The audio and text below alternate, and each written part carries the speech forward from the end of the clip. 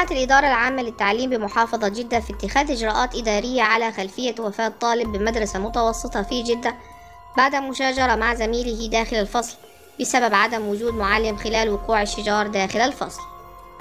وأوضحت الإدارة أنه تم فتح تحقيق بهذا الخصوص كون الحصص الدراسية متتابعة في رمضان ولا توجد بينها فترة 5 دقائق كبقية الشهور.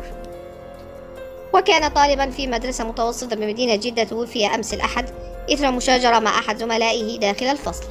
وبحسب المعلومات المتوفرة دخل الطالبان في مشاجرة قبل أن يرتطم رأس أحدهما في الطاولة بينما تدخل زملاؤهما لفض الاشتباك.